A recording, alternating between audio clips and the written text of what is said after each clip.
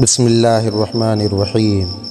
حضرت وہب بن منبہ کہتے ہیں کہ ایک بادشاہ تھا، اس نے ارادہ کیا کہ آج میں اپنی سلطنت کی پوری زمین کی سیر کروں گا اور اپنے مملکت کا حال دیکھوں گا۔ اس لیے اس نے شاہانہ جوڑا منگوایا۔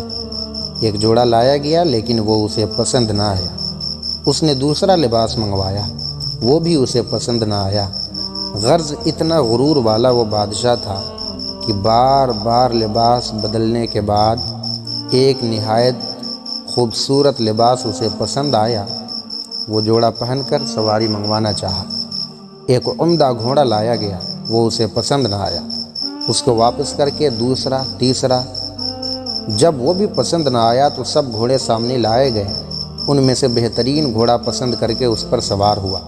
شیطان مردود نے اس وقت اور بھی نخوت ناک میں پھونک دی، نہایت ہی تکبر سے سوار ہوا۔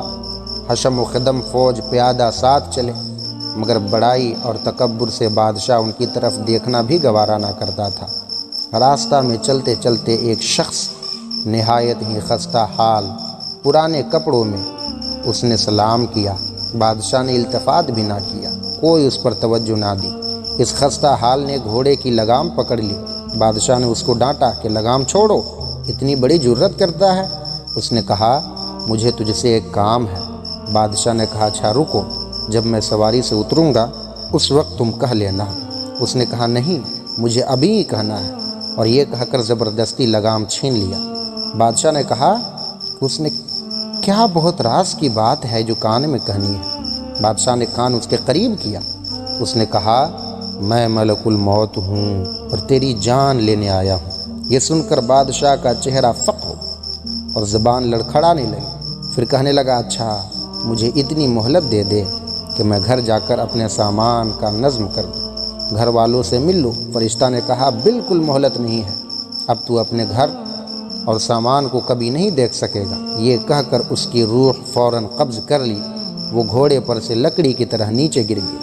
اس کے بعد وہ فرشتہ ملک الموت ایک نیک مسلمان کے پاس گیا کہ وہ نیک بندہ کہیں سفر میں جا رہا تھا۔ اس کو سلام کیا۔ اس نے وعلیکم السلام کہا۔ اس نے کہا مجھے تیرے کان میں ایک بات کہنی ہے۔ اس نے کہا کہیے کیا کہنا چاہتے ہیں۔ اس نے کان میں کہا میں ملک الموت ہوں۔ اس نے کہا بہت اچھا کیا، آپ آئے، مبارکباد۔ ایسے شخص کا آنا جس کا فراق بہت طویل ہو گیا تھا۔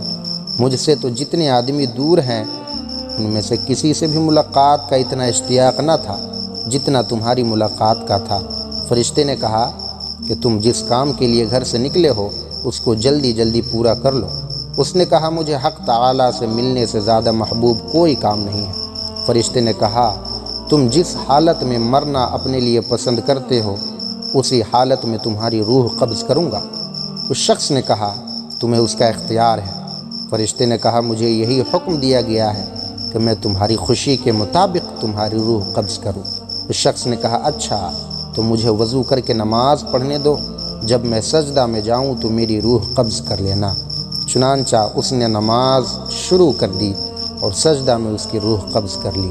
معزز ناظرین، جو تکبر اور غرور میں رہتے ہیں اللہ تعالیٰ اسے فوراً پکڑ لیا کرتا ہے، اور اللہ اپنے محبوب بندوں کو موت کی مہلت بھی دیا کرتا ہے۔ اللہ ہمیں عمل کی توفیق عطا فرمائے۔